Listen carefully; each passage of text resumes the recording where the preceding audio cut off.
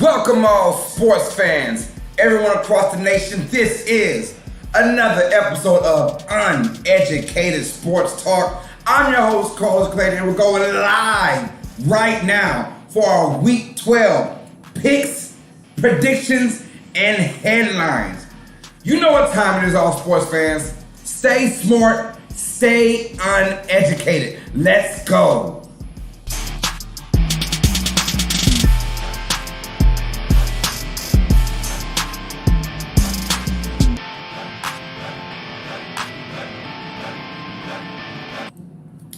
Welcome all sports fans everyone across the nation. This is Uneducated Sports Talk. I'm your host, Carlos Clayton. And this, right here on the side of me, is the lovely PJ, Miss Phyllis Jr. What is good? What is cracking, ladies and gentlemen? How are you doing today? I see Braden Cooper says I'm not going to be here for the first 15 minutes, but I should be here then. Hey, take your time, Braden. Thanks for the love, man. That being said, let's get on with our Week 12 predictions and picks and a few headlines in between.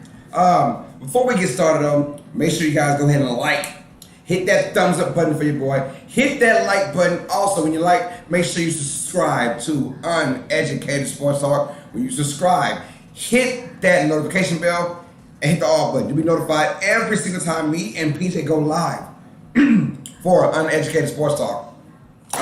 So that being said, we're gonna break everything down. Our Thanksgiving Day games. We had 3 games yesterday. Some two out of 3 are pretty good. And then we have our Sunday/Monday night game as well to go over. So stay with me. As you see, our Week 11 record was 5-10. For the last 4 weeks now, we had some horrendous records.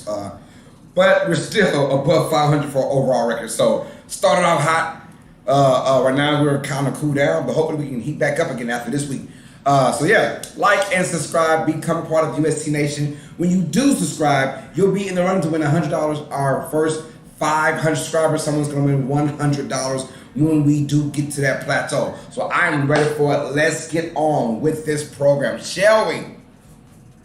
Let us start with the Thanksgiving games, the Thanksgiving Day games, let's say that. All right, we had 3 overall. That's been the norm for the last, maybe 5 years now. 3 games. Played on Thanksgiving. It used to be just 2. Now there's 3. They added basically a Thursday night, which is equivalent to a Sunday night game. And the Saints have been a part of that 3 out of the last 4 years. We'll go to that in just a moment. But the first game, the game that nobody wants, matter of fact, the game that people have been wanting out of Thanksgiving forever now. The Chicago Bears at the Detroit Lions, mainly because the Lions are a team that just sucks. And people do say, well, this is our one time to shine on Thanksgiving. So, okay, I guess. Bears win this one 16-14 by game-winning field goal from Santos to beat the Lions. The Lions, once again, another heartbreaking loss for them for this season. That makes about 4 or 5 where basically a game-winning kick has won it for the opposite team. 16-14. Jared Goff did play in this game, and they started off like gangbusters. I mean, the first drive, they went down on the Bears and scored a touchdown. So that had me feeling like, oh, this team might be able to do some things. Mind you guys, both of these teams probably average about 16 points per game. So we saw the score, it was like 10 to 6 or something like that. Early in the first quarter, we thought, oh, snap, we might get something in the 20s. Well, no. Hold your horses down. The Bears win this one 16-14. Thanks to basically just the Lions' bad juju, because the Bears didn't do anything quite right outside of Andy Dalton to Darnell Mooney. Mooney had over 100 yards receiving, and he got past the defense a few times, on a few occasions, as a matter of fact. So he is a bright spot for this team, and this was a much-needed win. This is a win where people were saying, hey, if Matt Nagy lost this game, he was going to be fired the day after Thanksgiving, right? And so then the Bears GM or Bears ownership said, hey, that is not true. We are not going to fire Matt Nagy no matter what. Mind you, got the Bears in their glorious franchise. I dating back to 1920. They have never fired a coach mid-season at Thanksgiving. So, I mean, it was crazy, right? But yeah, the Bears winners won a game that they had to win. Had to win. They go down 4-7, I believe, which is still ways away from being in playoff contention, but they're still in there. That's all that matters right now. I do think there will be a playoff team that gets in at 9-8. That 7th seed might be 9-8. The Bears, they just can't foster it anymore. They cannot. So this is a big win. They had to get this win over a feisty Lions team. 16-14, they got this dub, and that's one that we got right as well. I did my picks on Wednesday. I went quick towards the very end of our basketball game when we did the Celtics versus the Nets. We did say at the end we were gonna just give our picks at the end, and we gave our picks. I had the Bears beating the Lions, 16-14, the final score for that one. The game of Thanksgiving belonged in the mid-tier game. Well, we knew it was gonna be a good game because it was two really good teams. The Las Vegas Raiders at the Dallas Cowboys. And this one was a damn good game that went into overtime where we saw the Raiders come up with a 36-33 win over the Dallas Cowboys. Let's talk about how I got there. One, Dallas was playing without Amari Cooper. We knew that because of COVID. And two, without CeeDee Lamb. He had a concussion on Sunday. And to play on Thursday, you don't know, he didn't pass concussion protocols. So Dak Prescott was down his beginning two receivers. Down. But they still managed to do some big plays and managed to stay in this game. But shout out to the Raiders. Even the Raiders were playing without their big guy and Waller for the second half. He had some sort of injury. I didn't know what it was, but he had to come off in the second half. So they were playing very short-handed. TJ Trick says, hello, how are you today? Dude, I am doing well, man. Thank you for the love and the support as always, TJ. Yes, sir. We are in this thing. Right now we're breaking down the Raiders and the Cowboys as the Raiders wins one 36-33. How it happened, look. Dallas on defense, they have cracks. We know that. But they have a very high ceiling, very turnover-ish type of team. They like to turn the ball over a lot. But it's almost like if they don't get turnovers, that's when teams like the Raiders in today's game, or yesterday's game, went up and down on them. They had a great balance, a good running attack with Josh Jacobs, and also Derek Carr, over 400 yards passing. I mean, dude, like, he is now, in this season, he is 6-0 when he throws for 300 yards or more. 6-0. And he is 0-5, or is it 0-5 or 1-5? One of them, where he throws under 300 yards. So that lets you know right there, if the passing game is going very well for the Raiders, they're usually winning football games. Dallas is a bend but don't break, but they broke a lot in this game. But nonetheless, it did go into overtime. Thanks to Greg Zuerlein's 45-yard field goal to bring it into overtime. So, tied at 33. The Cowboys get the ball to start overtime. And usually, for the most part, when you see that, teams drive all the way down for a touchdown. Well, no, I think the Cowboys went 3 and out, I believe. So the Eagles are coming for the East, says TJ Tracy. Hey, we'll talk about that in just a moment. But I feel what you're saying. 36-33 was the final score. The Cowboys went ahead and look, Cowboys should have won this game, honestly, but Browns, their cornerback, not 1, not 2, not 3, but 4 PI calls against him, and he could not stop the Raiders from going deep. We finally saw a good Jackson highlight from the Raiders where he actually had a big, long touchdown to start the game off. So you knew what kind of game it was going to be. And they did everything in their power, like Hunter Renfrow, over 100 yards receiving, 134 as a matter of fact. Hunter Renfrow, that kind of guy who could be that guy for anyone at any time. Raiders win this one, 36-33 by game-winning field goal from Carlson. After the Cowboys punted it off, Brady Cooper says, I made it. Yes, sir.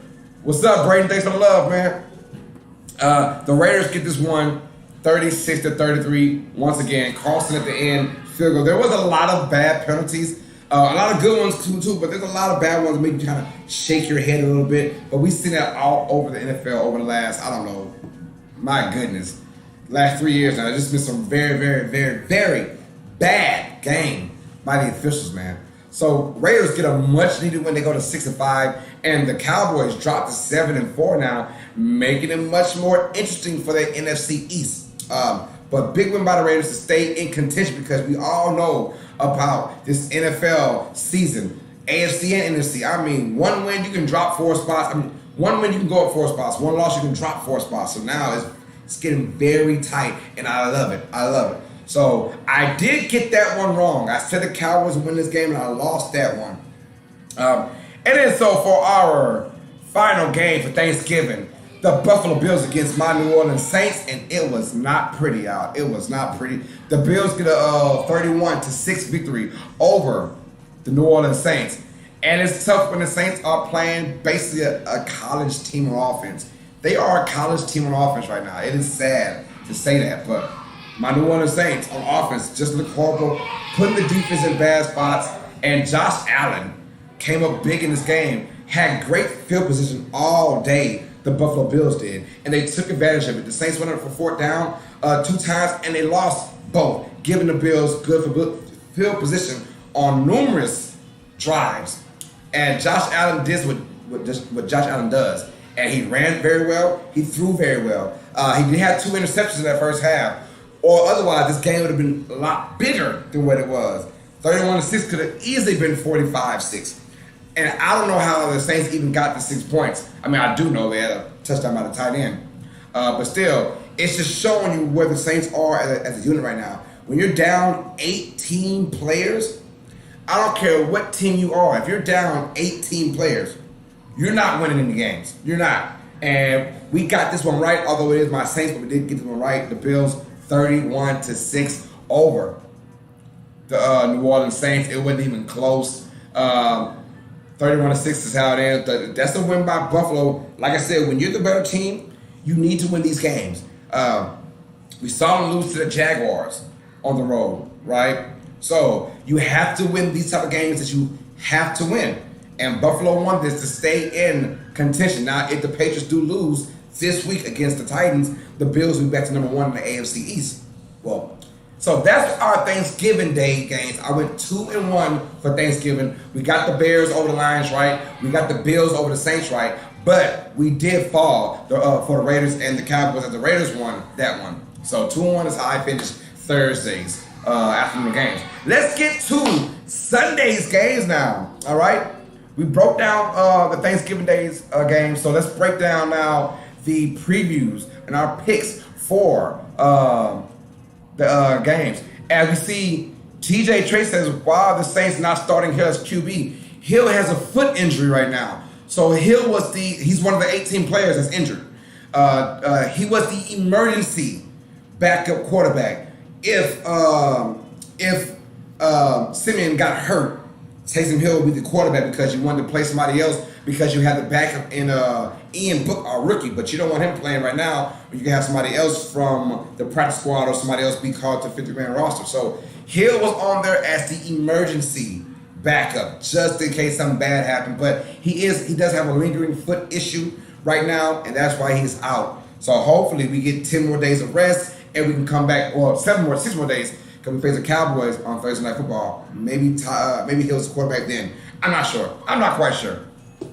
But thanks for the question, though. All right. So, our first game on Sunday's docket. The Cincinnati Bengals take on the Pittsburgh Steelers, an AFC North battle. And shout out to my boy Braden Cooper.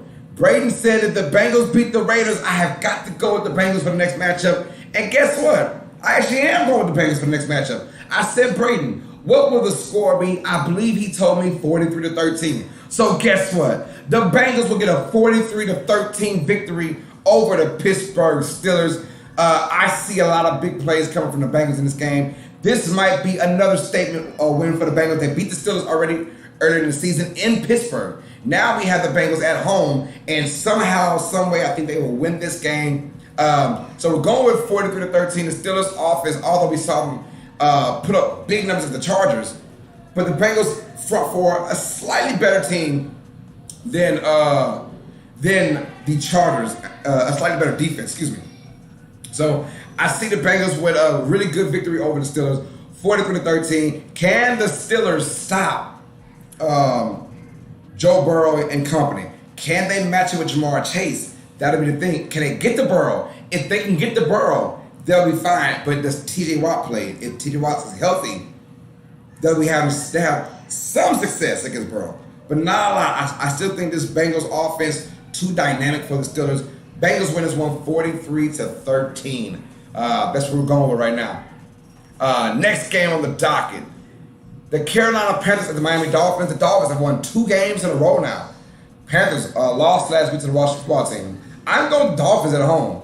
I think Dolphins would have won in some kind of like, tight battle, defensive type of game. I think the Dolphins, over the last 4 weeks now, have been playing some really intense defense. And I think Cam Newton's going to feel this wrath from the Dolphins. I have the Dolphins winning 23-20.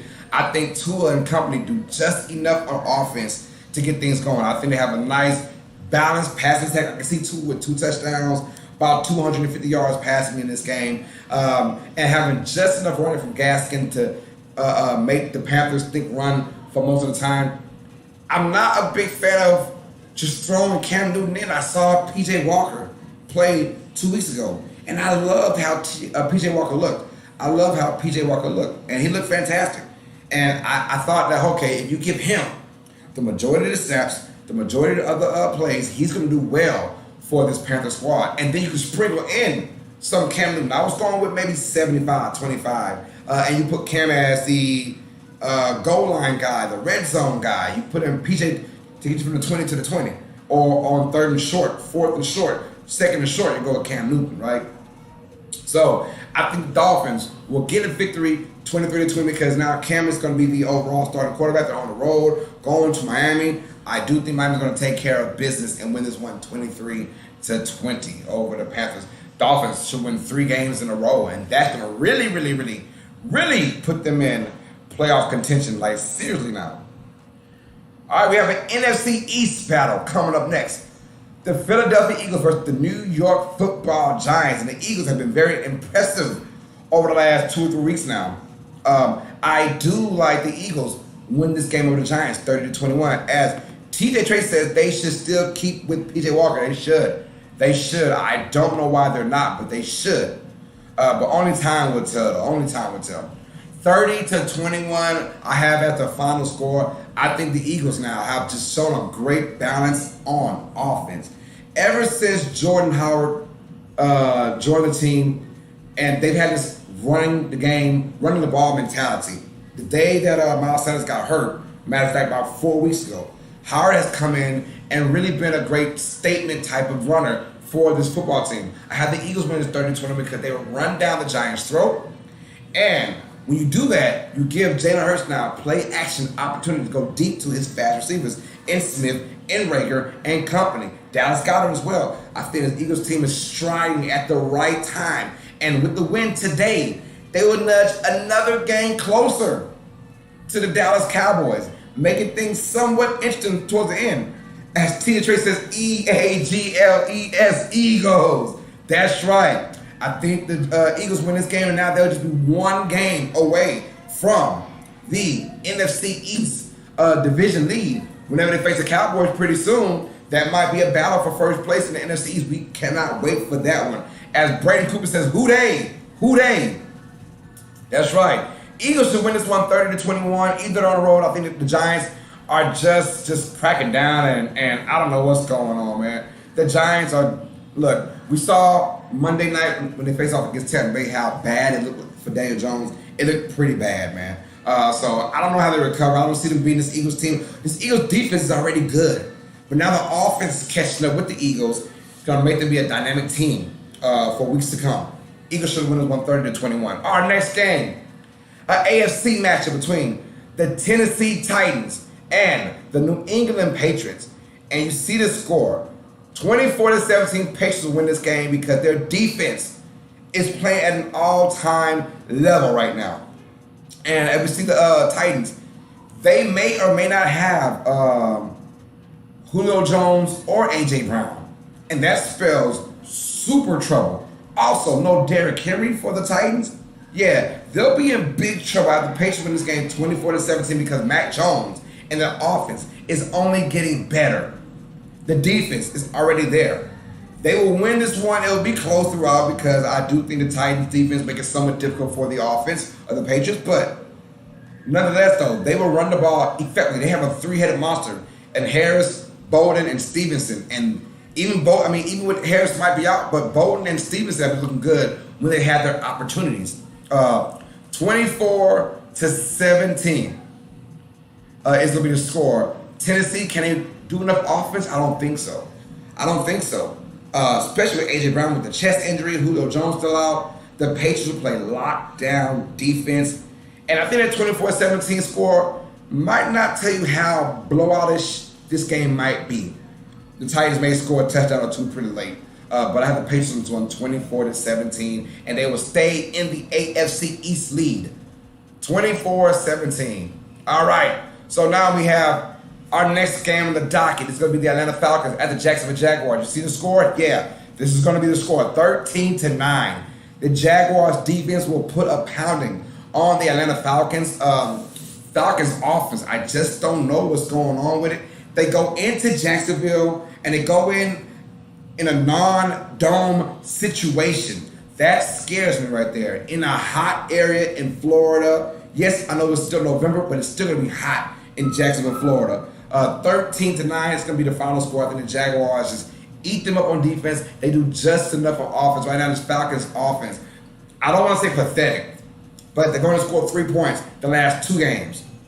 That's somewhat pathetic for an NFL franchise. And you played in a dome, the last couple of games, and to have that happen to you. 13-9, the final score. I have the Jaguars in a mild upset over the Falcons. Mind you guys, the Jaguars defense playing very well. Although they lost to the Niners last week, 30-10, they did still play really good defense against that team. But we know about the Jaguars team. We saw them only give up 6 points to the Buffalo Bills a few weeks ago. The Jaguars team is for real. They will beat the Falcons 13-9. All right. Now, this might be one of the games of the week. We have the Tampa Bay Buccaneers against a red-hot Indianapolis Colts. I do love this matchup. I love it. Right now, I'm going with the Colts, but this one can go either way in my opinion. It all depends on, once again, Jonathan Taylor. Jonathan Taylor, the last 8 games, has gone over 100 yards from scrimmage. The last 8, he has tied Marshall Faulk record. I do think that will come down in this game. It will finally be broken. I think the Buccaneers defense, the front 7, is probably one of the best in the NFL. I don't think Taylor goes off like that. I think the Bucs will give him a lot of passing yards to Carson Wentz, in my opinion. I think this might be a game where the Carson Wentz has to throw the ball a lot to keep them afloat. Bucs win this one 30-27. Somewhat of a shootout. I like the front 7 stopping Jonathan Taylor late, and I like the Bucs to go ahead and take care of business on the road. But I would not be shocked if the Colts do find a way to win this game. They are one of the hotter teams in the NFL at 6-5 right now. So let's go. Let's see. Tia Tracy and Brady Cooper talk to each other. He said, not really, but if an AFC faces an NFC, that is not the Bengals. I want NFC to win, so I don't hate them. Hey, yeah, I feel you on that, bro. I'm the same way. When it's AFC versus NFC, not regarding the Saints, I want the AFC team to win. So, yes, I feel how you feel with that terminology, sir. I completely understand about that one. But the Bucs, look, I'm rooting for the Colts, obviously, to win this game as a Saints fan. But the Bucs should get this one 30-27, a very close contested game because they're playing on the road against a game Colts squad. But I do think that Jonathan Taylor 100 yards from scrimmage streak stops right here, thanks to the Bucs front 7. But like I said, it could switch around. You never know. You never know. All right, we have another close game between AFC teams. We have the New York Jets versus the Houston Texans, the boo-boo matchup of the week. We will call it the boo-boo matchup of the week. We're going with the Texans win this one 22-19. Tyrod Taylor, if he can be healthy for the Texans team, it makes them that much more competitive. Will they win a lot of games this year? Hell no. But games like this, the Jets, they should win? Probably so. Now, we just saw the same Texas team beat the number 1 seed in the AFC last week, the Tennessee Titans. Can they do it again, another victory? I say yes. 22-19. I want to be White Mike. Well, Mike White has kind of gone down, so Joe Flacco took his spot, and Flacco looked somewhat okay against the Dolphins last week. I like the fact that Flacco is a veteran, so he brings that veteran presence to this New York Jets squad, but it will not be enough to beat the Texans. Texans just won 22-19. 3-point victory, very close game. I think Tyrod said at the end gets it done for the Texans. Enough said about that matchup because no one actually cares outside of Jets fans and Texans fans. So we're going with our upset of the week. And it's not really an upset because we're talking about the 5-5 Broncos versus the, what are they, the 7-4 Chargers? I can't remember. Are they 6-4 Chargers? Something like that. But we had the Broncos at home, Chargers on the road. It feels like the Chargers have played just about every damn game at home. It feels that way. So now we'll start seeing the Chargers more on the road, on grass. I tell you guys, it's just a big difference when you play on the road compared to your home spot that's on turf. It's a huge difference. When you're on the road and it's outdoors, stadiums, it's a different vibe, a different feel. The crowd is different. It sounds different. Everything feels different now. I think the Broncos find a way to win this game, 24-21. Their defense, I have a feeling, will shut down that high-octane offense of the Los Angeles Chargers, and the Broncos get a 24-21 victory over the Los Angeles Chargers. So that is my upset of the week, the Broncos. And look, 5-5, nothing to sneeze over for the Broncos. They're a good damn team. They are a really good team when it comes down to they don't beat themselves. Now, they have a lot less talent than other teams, but they don't beat themselves. We saw Courtland Sutton get a 4-year deal worth almost $60 million. He is a happy man, and now they understand that we have to get our ducks in order. So we have Courtland Sutton as our main receiver. Now, can we go ahead and continue to work on this defense, which is pretty damn good? I do think they will somehow stop this Chargers offense. On the road, yeah, I think the Chargers struggle in this game. So you stay at home, but the Chargers have no fans, so it doesn't really count. But the indoor, it's indoors. That's my whole thing. So when you're at home, you have half the teams cheering against you. But when you're on the road, you have just about 95% of the teams cheering against you. So that's the difference right there. And I'm talking about grass compared to turf.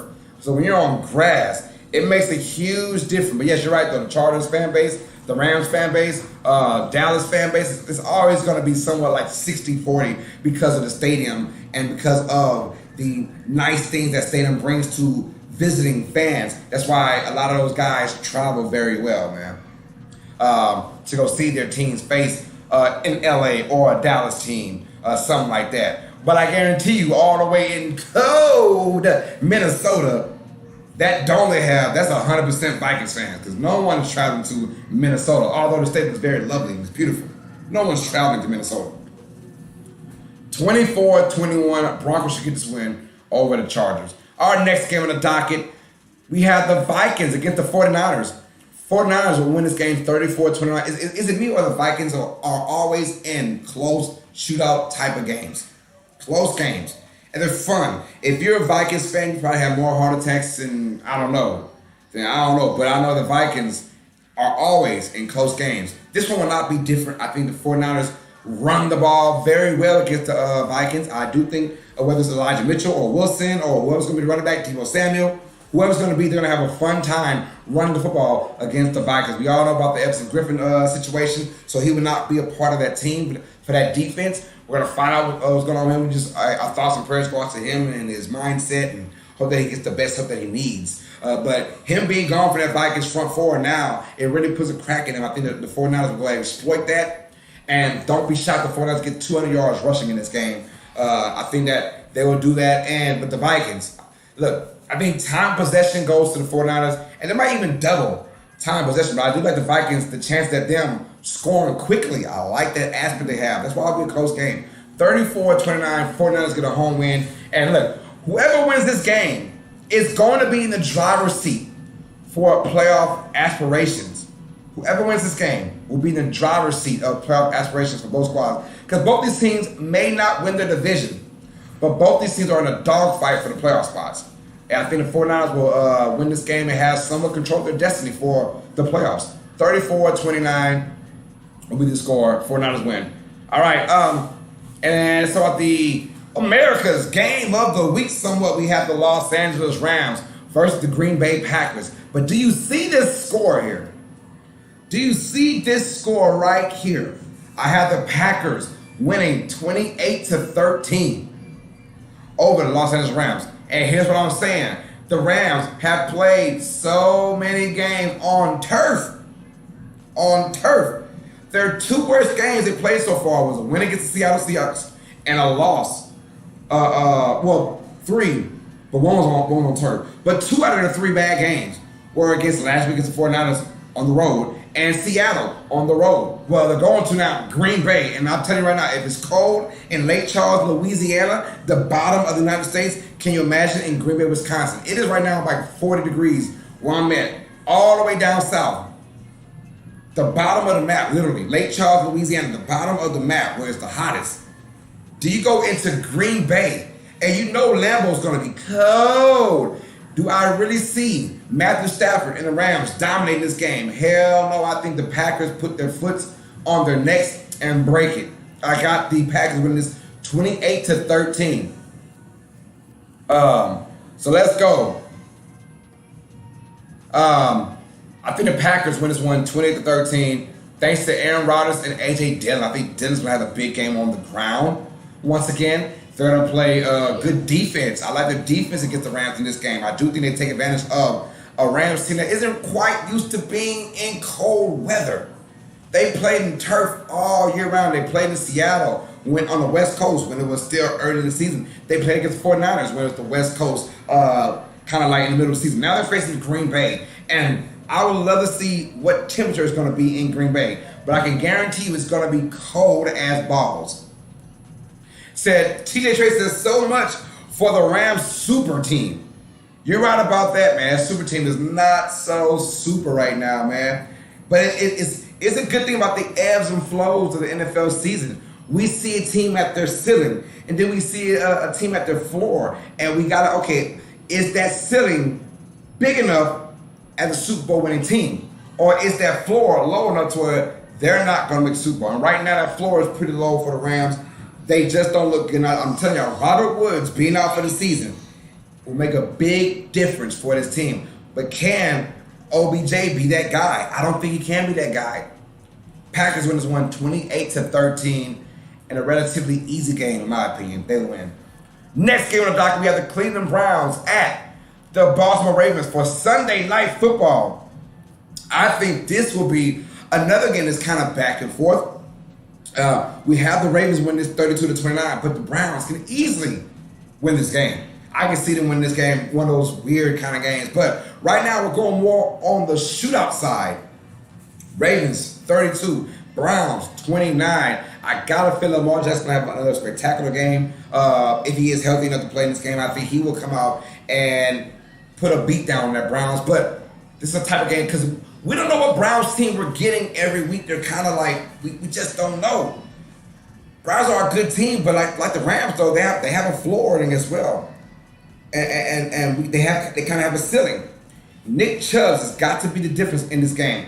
If Nick Chubb is over 100 yards running, a couple of touchdowns, Browns may win this game. But if the Ravens defense, they're like Jekyll and Hyde. The Ravens are either really damn good on defense or they're really bad on defense over the last year or two. But we'll see. I think Nick Chubb has a big game, but Ravens and Lamar Jackson have a bigger game. 32-29 in this AFC North battle should be a good one. I cannot wait. Oh, by the way, y'all, so I don't know what game we're going to do on Sunday afternoon, the 3 o'clock game. Right now, my TV guide is showing 49ers and Vikings. But I really have a feeling it's going to be the Packers and the Rams. So I don't know what to do because I would hate to put up 49ers and Vikings and it's the Packers and Rams. Or vice versa. So I'm going to wait a few more days before I put it on the notifications for you guys, which game I'm going to do, because I hope it's the Packers and the Rams. Right now, my TV guide is showing 49ers and Vikings. I will do either one of those games, whoever it may be, I will do it. But I got to find out who's going to be first. So I'm hoping it's the Packers and the Rams. I want to do that game badly. But if not, we'll do the Vikings and the 49ers. So guys, stay tuned for that. Should be a good one on Sunday. All right. Back to our last game, Monday Night Football. We have the Seattle Seahawks versus the Washington Football Team. And I kind of like this matchup. RIP to the Seahawks season, though. The Seahawks are pretty much done. Maybe. I'm so bad at predictions right now. I might say, and the Seahawks might win 7 games in a row. Who knows? But they will win this game a squeaker. I have a feeling Seattle wins this one 25-24 over Washington football team. We will have this game as well. We're doing the Browns and the Ravens Sunday night, starting at 7:05 p.m. Central Time. And we're doing Monday Night Football, Seattle Seahawks versus the Washington football team on Monday night. We'll have that live commentary, play-by-play reaction as well, starting at 7:05 p.m. Central Time for Monday. So that we got 2 great games on the docket right now for the Browns and Ravens and the Seahawks and Washington football team. I do think Seattle finds a way to win this game thanks to Russell Wilson. I think Russell Wilson's going to have a spectacular game, a gutted-out game. Washington being without Chase Young, how did they respond? We're going to find out. They did win against the Panthers last week, and they won 2 games in a row. Now, Washington has, just like the Eagles, just like the 49ers and the Vikings, they have playoff aspirations after back-to-back wins against the Bucs and the Panthers. So, I mean, nothing to sneeze over. But I do think Seattle kind of wins this game. I won't call it an upset because Seattle was so much better than what the record is, but we won't call it an upset. But I do think Seattle on Monday Night Football with Russell Wilson, DK Metcalf, Tyler Lockett, and company. I think they find a way to win this game by a score of 25-24. Y'all, read them and weep them. I really have a really good feeling for the first time in a long time. They'll actually have a good record. Now, that goes to say that's why you still play the games, as Chris Berman would say. Read them and weep, y'all. This is. I went 2-1 for Thanksgiving. Hopefully we can have a lot better record for these particular games for Sunday and Monday Night Football, y'all. So, said the success of another XFL quarterback to Taylor Heineke. Yes, sir. Let's go. So, hopefully our Week 12 record is much better than our Week 11, 10, 9, and 8 record. Because we've been horrible for 4 weeks in a row now, y'all. Let's try and change that trajectory for us. And like I said, so Sunday we got 2 games. I don't know if I'm doing the Packers and the Rams or the Vikings and 49ers. Whatever my TV shows me, I will do it. I don't have the NFL pass. I don't have that, so I just can't pick a game. So I got to go with the TV shows. So hopefully because I'm going on vacation next week. I'll be gone for a while. So that is why I want to go ahead and do 2 games on Sunday, a 2-for-1 special. So let's get it. I'm excited about that one. So we have the 49ers and the Vikings, or the Packers and the Rams. That game will be started at 3:15 p.m. Central Time, one of those 2 games. I'll let you guys know later on in the week before Sunday. And also we're doing Sunday Night Football, the Browns at the Ravens, starting at 7:05 p.m. Central Time. And then we're doing Monday Night Football, Seattle at Washington football team. Should be a good one. Also at 7:05 p.m. Central Time for Monday Night Football. Tuesday, we're doing our Week 12 recap. And then Wednesday, we'll do our Week 13 picks and predictions. And that will be it until the following Monday Night Football, because I'll be on vacation after that for my 8-year anniversary with my lovely wife, y'all. So that being said, man, Tiz has good picks. Hopefully you are correct on most of them. Hopefully I am, man. Hopefully I am. But the way this NFL season is being right now, you never know. You never know. The NFL season is crazy right now. You just never know. And that's the beauty of the NFL, because the parity, everyone's so close now, you just can't pick and choose anymore in the NFL. So very excited about that. That being said, man, what's up? Oh, yeah, we got some fun. She's come with me to Dallas for our anniversary, me and my wife's anniversary, but she'll be rolling with us. She cannot wait. And, what's up? Oh, said thank y'all for coming here. Thank you. Go ahead, if you're new to this channel, y'all, go ahead and like as well. Hit that like button for your boy. Smash the like button for all of our shows that we do, whether you're watching this right now or rebroadcast. I want to thank you, the viewers of this. And if you're new, if you'd like to see, subscribe to Uneducated Sports Talk. When you subscribe, someone is going to win $100. When we get to 500 subscribers, someone will be $100 richer When we get there, we're at 375 and counting right now. So about 125 more. Someone's going to win a brand new $100, and then we get 1,000 subscribers later on. Someone will win a brand new PS5. We'll wait for that right now. We'll wait for that. Thank y'all for the love and support, man. I appreciate you guys coming down there and checking your boy out, man. So for the lovely PJ, I am your host, Carlos Clayton. This has been another episode of Uneducated Sports Talk, our Week 12 picks, predictions, and headlines. All sports fans, you guys know what time it is. Stay smart, stay educated. Peace. Later, mama. We are out, y'all. See you guys on Sunday.